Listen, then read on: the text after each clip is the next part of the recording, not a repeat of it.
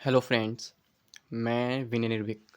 Friends, आपका एक बार फिर से हमारे चैनल पर स्वागत है। तो friends, RRB ALP and technician exam date 2024 technician की वैकेंसी घट गई।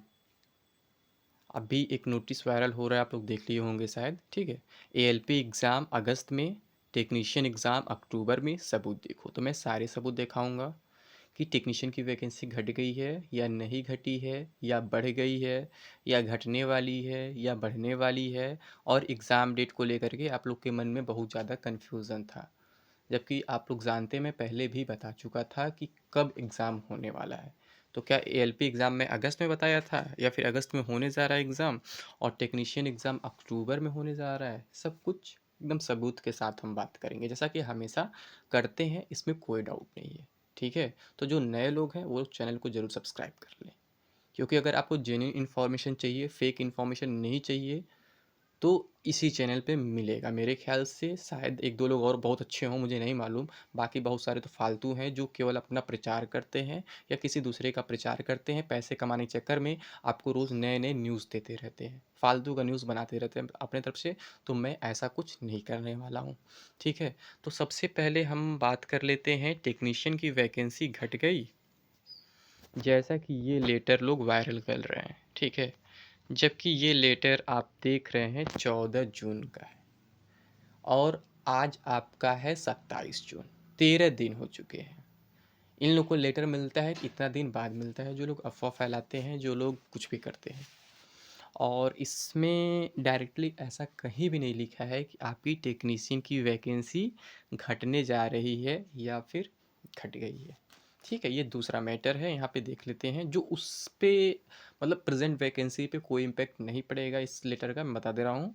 ठीक है, थोड़ा उससे रिलेटेड है, इसलिए चर्चा कर लेते हैं। तो यहाँ पे जनरल मैनेजर्स को ये भेजा गया है, all zonal railways and production units को। ठीक है, तो यहाँ पे क्या लिखा हुआ है, subject avenue of promotion to the post of technician grade 3 in SNT department. Boards letter number this dated 14th January 2003। Letter number this. ठीक है, as per the existing provision of para 151(1) of Indian Railway Establishment Manual IREM volume first, the posts in the category of technician third in SNT department are filled as under। यानी अभी present में कैसे fill किया जा रहा है वो बताया जा रहा है। ठीक है, तो 50% direct recruitment through railway recruitment board, यानी 50% पे आरआरबी के थ्रू वैकेंसी आती है, जैसा कि अभी आई हुई है।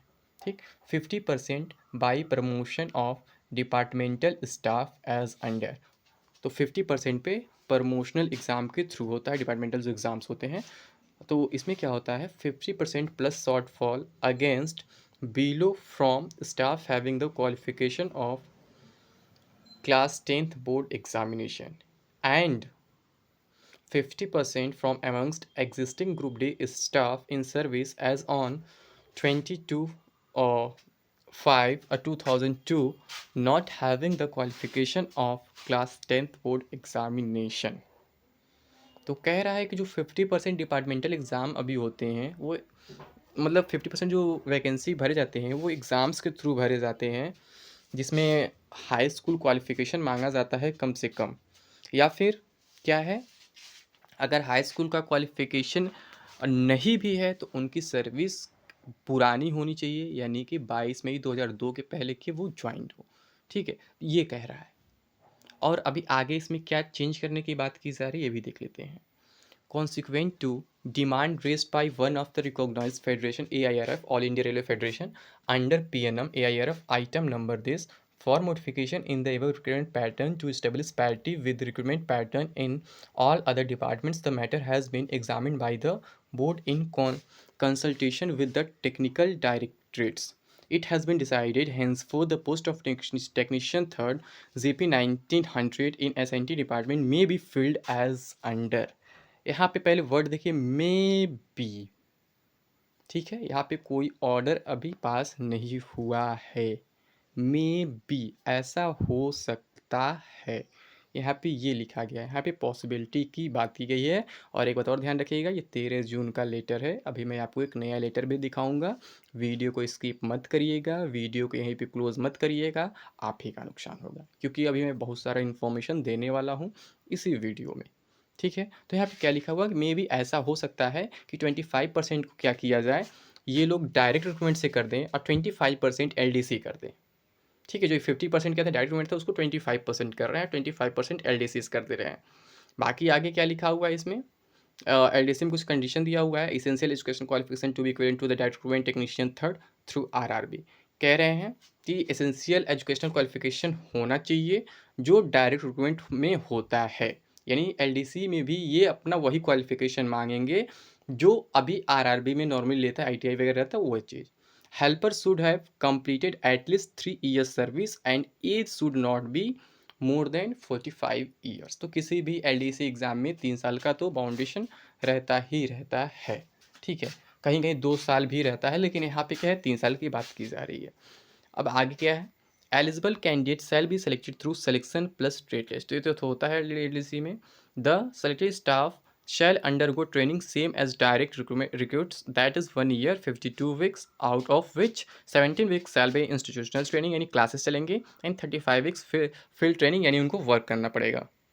ठीक, आगे क्या है, this arrangement will initially be operative for 2 years and shall be reviewed after 2 years for its continuous. यहाँ भी क्या लिखा है कि अगर इसको हम लागू करते हैं तो केवल 2 साल के लिए लागू करेंगे, कि हम 25% पे मतलब LDC निकालें और 25% पे डायरेक्ट रिक्रूटमेंट करें, और फिर 2 साल बाद इसको हम रिव्यू भी करेंगे।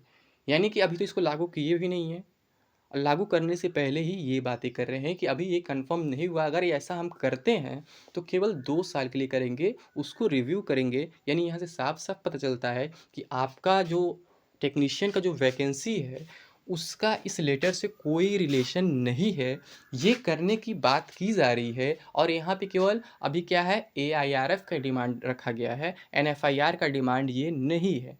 ठीक है, AIRF अलग है, NFIR अलग है। NFIR से तो मैं खुद जुड़ा हूँ पेयर केस से, तो मुझे मालूम है कि कहाँ क्या डिमांड रखी जा रही है और कौन सी बात मानी जा रही है, मैं आपको पहले भी बता चुका हूँ। ठीक, तो यहाँ पे केवल डिमांड पे ऐसा लेटर जारी किया गया है, और ये 14 जून का है, पुराना है, फिर कह रहा हूँ। Remaining promotional vacancies against 15% quota shall continue to be filled as per extant instructions. इन बाकी जो 50% है जैसे चलते थे वैसे ही चलते रहेंगे। ठीक है, तो ये लेटर है जिसपे मतलब आप लोग थोड़ा सा परेशान हो गए हैं कि वैकेंसी बढ़ने वाली थी, ये तो घट रही है, ये क्या हो गया, अभी तो 35-36 बताया जा रहा था, अब 9,000 से भी कम हो गया। तो भाई आप लोग परेशान मत हो, मैं हमेशा कहता हूँ आप लोग परेशान मत हो। यूट्यूब पे 90% लोग फॉल्स इन्फॉर्मेशन देते हैं और उसी में आप गुमराह हो जाते हैं। ठीक है, तो अब देखिए एक और लेटर जिसमें 25 तारीख को अभी मीटिंग हुआ है दिल्ली में। ठीक, तो हमारे NFIR के मेंबर्स गए थे। यहाँ पे देखिए क्या है, ये 13 जून का, ये भी government of India railway board का ही लेटर है, 13 जून को ही जारी हो गया था। उनको मीटिंग के लिए 25 जून को बुलाया गया था। सेकंड PNM था, फर्स्ट PNM 6 और 7 जून को हुआ था, मैं दिखाया ही था पूरा सब कुछ। ठीक है, ये second meeting of cadre restructuring committee 2023 है। The first meeting of cadre restructuring committee was held on 13th September 2022. In the said meeting, it was decided to conduct the cadre restructuring exercise for Group C cadres of Indian Railways as per the laid down principles and in consultation with Ministry of Finance. तो जो ये अभी इसका जो second meeting है किसका है, ये कैडर रिस्ट्रक्चरिंग कमेटी का। ठीक है, अभी एक PNM हुआ था जो दूसरे मैटर पे था, मैंने आपको बताया था, वहाँ पे आपकी ही सारी डिमांड्स रखी गई थी, मैंने आपको पूरा प्रूफ दिखाया था। जो लोग आप लोग डिमांड कर रहे थे कि वैकेंसी बढ़ाओ, ये करो वो करो, तो आपका डिमांड माना भी गया था। ALP का वैकेंसी बढ़ा भी था उस मीटिंग के थ्रू, आप जान रहे हैं। और टेक्नीशियन का भी मैंने उम्मीद जताया था कि टेक्नीशियन का वैकेंसी बढ़ सकता है, उसकी भी बात रखी गई है। और यहाँ पे भी अभी यहाँ पे यही कह रहा हूँ कि देखिए PNM जो होता है अलग अलग मुद्दों पर होता है, बट उसमें अपनी बातें रखी जाती हैं कि यहाँ पे ये कंसर्न है, यहाँ पे ये कंसर्न, यहाँ पे ये प्रॉब्लम है, यहाँ पे ये प्रॉब्लम हो रही है। तो second meeting of cadre restructuring committee 2023 is scheduled as per the following. तो 25 जून को हुआ है, यानी कि ट्यूसडे को। ठीक, ट्यूसडे यानी कि कब, 2 दिन पहले। तो परसों ये मीटिंग दिल्ली में हुआ है। अभी क्या है, अभी कल हम लोग वापस लौटे हैं दिल्ली से, तो वो परसों की मीटिंग में क्या हुआ है मैं अब ये बताना चाहता हूँ पूरा। ठीक। तो परसों की मीटिंग में फ्रेंड्स फिर से यही बात हुआ है कि जो हम वैकेंसी बढ़ाने की बात किए थे, आपसे डिमांड किए थे कि आपने वैकेंसी बढ़ाया नहीं अभी तक, क्यों? आखिर ऐसा क्या है? तो उन्होंने कहा कि अभी हम उसको रिव्यू कर रहे हैं, मैटर को समझ रहे हैं, हम वैकेंसी बढ़ाने का प्रयास करेंगे। ठीक है, यहाँ पे भी कन्फर्मेशन नहीं है, लेकिन घटने वाली बात तो बिल्कुल नाजायज़ है, बिल्कुल फेक है, बिल्कुल फ़ाल्स है, इसमें ज़रा-सा भी सच्चाई नहीं। ठीक है, और अगर आपको मेरा प्रूफ़ चाहिए कि मैं जाता हूँ, नहीं जाता हूँ मीटिंग में, तो ये सब देख सकते हैं। ये गोरखपुर रेलवे अस्पताल का है, मैं सामने सेल्फ़ी लेता हुआ हूँ, न्यूज़पेपर में निकला हुआ है। रेलवे अस्पताल की समस्याओं को जल्द हल करे प्रशासन, विनोद राय को आप लोग जान ही रहे हैं। पूर्वोत्तर रेलवे कर्मचारी संघ के महामंत्री विनोद राय ने रेलवे हॉस्पिटल की समस्याओं के बारे में अस्पताल प्रशासन से वार्ता की। तो हम लोग हमेशा हर जगह हर समस्या पे खड़े रहते हैं, चाहे रेलवे कर्मचारी की समस्या हो, चाहे जो कर्मचारी बनने की चाह रख रहे हैं उनकी समस्या हो, हम लोग हर हर एक की बात रखते हैं और पीएनएम में ऐसा मतलब कोशिश करते हैं कि सबकी बातों को पूरी करवाया जाए, मनवाया जाए गवर्नमेंट से। ठीक है, तो ऐसा करते हैं। तो आपकी टेक्नीशियन की वैकेंसी घटेगी नहीं, बढ़ेगी, इसमें कोई डाउट नहीं है। आप लोग परेशान मत होइए, एएलपी की वैकेंसी भी बढ़ी ही है हम लोग की बदौलत। ये देख सकती हैं जो वैकेंसी बढ़ी है। ठीक। कंचनजंगा ट्रेन हादसे के बाद रेलवे बोर्ड ने जारी किया आदेश, जबकि ये बिल्कुल फेक है। मैंने उसी टाइम बताया था कि कंचनजंगा रेलवे हादसे से अचानक लोग वैकेंसी नहीं बढ़ा दी है। जो पीएनएम मीटिंग हुआ था 6-7 जून को, उसके वजह से वैकेंसी बढ़ी है, क्योंकि वहाँ भी हम लोगों ने आप लोगों के लिए डिमांड रखा था। और मैं पहले ही बताया था, केवल कोचिंग माफिया जो है आपकी वैकेंसी घटा दिए थे और एक नया प्रपोजल रख दिए थे कि आप हर साल एग्ज़ाम कराइए, हम हर साल कोर्स बेचेंगे, हम हर साल क्लासेस लेंगे, हम हर साल पैसे कमाएंगे। वो उनका डिमांड था और वो लोग क्या था, थोड़ा सा पैसा खिला दिए थे जो मेंबर्स आए हुए थे बोर्ड की तरफ से, ताकि मतलब उनकी कमाई होती रहे और बोर्ड को एक बार कुछ पैसा दे दूँ, उससे उनका क्या नुकसान हो जाएगा, जब कैंडिडेट से हर साल कमाएँगे तो केवल वो कोचिंग माफिया की वजह से ऐसा हुआ था, बाकी इतनी कम वैकेंसी कहीं नहीं आएगी। चाहे आपकी आगे आने वाली कोई वैकेंसी हो, जैसे एनटीपीसी हुआ, ग्रुप डी हुआ या कोई भी हुआ, किसी में कम वैकेंसी नहीं आएगी। सब कुछ हमारे ही वजह से हुआ है, ठीक है? आप समझ सकते हैं, हमारे जो पीएनएम मीटिंग होते हैं, उनके वजह से हुआ है। ये जो कंचनजंगा रेल हादसा दिखाया गया है, ये महज़ एक कोइंसिडेंस है कि ये भी उसी टाइम हुआ, बोल दिए कि उसकी वजह से हुआ है। आप अचानक सोचिए एक दिन में कैसे हो सकता है कि एक एक्सीडेंट हुआ, फिर तुरंत ये लोग वैकेंसी बढ़ा दी। इससे पहले बहुत सारे एक्सीडेंट हुए, क्या वैकेंसी बढ़ाएँ? कभी नहीं बढ़ाएँ। ठीक है? ऐसा कुछ नहीं है, ये पहले से ही डिसाइडेड था कि वैकेंसी बढ़ेगी और मैं आपको वो बताया भी था। और जो रही एग्ज़ाम डेट की बात, तो फ्रेंड्स मैं बता चुका हूँ, ये रेलवे है। रेलवे में एग्ज़ाम्स इतनी जल्दी नहीं होते। एएलपी एग्ज़ाम आपका अगस्त में नहीं होगा, टेक्नीशियन एग्ज़ाम भी आपका अक्टूबर में नहीं होगा। कहने का मतलब यही है, 2024 में अभी कोई एग्ज़ाम नहीं होगा। रेलवे केवल फॉर्म भरवाता है, फॉर्म भरवा के फिर भूल जाता है कि एग्ज़ाम कब कराना है, कब नहीं कराना है, और बार-बार आप प्रोटेस्ट करेंगे, क्वेरी करेंगे, तो जवाब क्या आएगा, अभी ईसीए हमारा फाइनल हुआ ही नहीं है, टेंडर हमारा फाइनल हुआ ही नहीं है, अभी डिसाइड हुआ ही नहीं है, कौन एग्ज़ाम कराएगा, कौन क्या कराएगा, ये बहाने चलते हैं। पिछली बार भी ऐसे ही चले थे। मैं आपको 2019 वाली वैकेंसी का भविष्यवाणी 2019 में ही कर दिया था कि 2022 से पहले एग्ज़ाम नहीं होगा, और नहीं भी हुआ, आपके सामने सच्चाई। तो यहाँ भी मैं अभी कह रहा हूँ कि अभी 2024 में कोई एग्ज़ाम होने वाला नहीं है। अभी आप किसी का कोर्स ना खरीदें और ना ही किसी के पीछे भगें। ठीक है, अगर कहीं फ्री क्लासेस मिल रहे हैं तो ले लीजिए, लेकिन किसी का कोर्स अभी परचेज़ मत करिए। अभी एग्ज़ाम होने में बहुत टाइम है। आप स्लोली अपना प्रिपरेशन करते रहिए, माइंड पर बर्डन मत डालिए, प्रेशर मत डालिए। अभी कोई एग्ज़ाम नहीं होने वाला है। बिल्कुल आप लोग परेशान मत होइए। थोड़ा-सा क्लिकबेट हो सकता है आप लोगों के लिए, क्योंकि मैंने थंबनेल में लिख दिया एलपी एग्ज़ाम अगस्त में, टेक्नीशियन एग्ज़ाम अक्टूबर में, और टेक्नीशियन की वैकेंसी घट गई, जबकि सारा इन्फॉर्मेशन बिल्कुल इसके उल्टा है।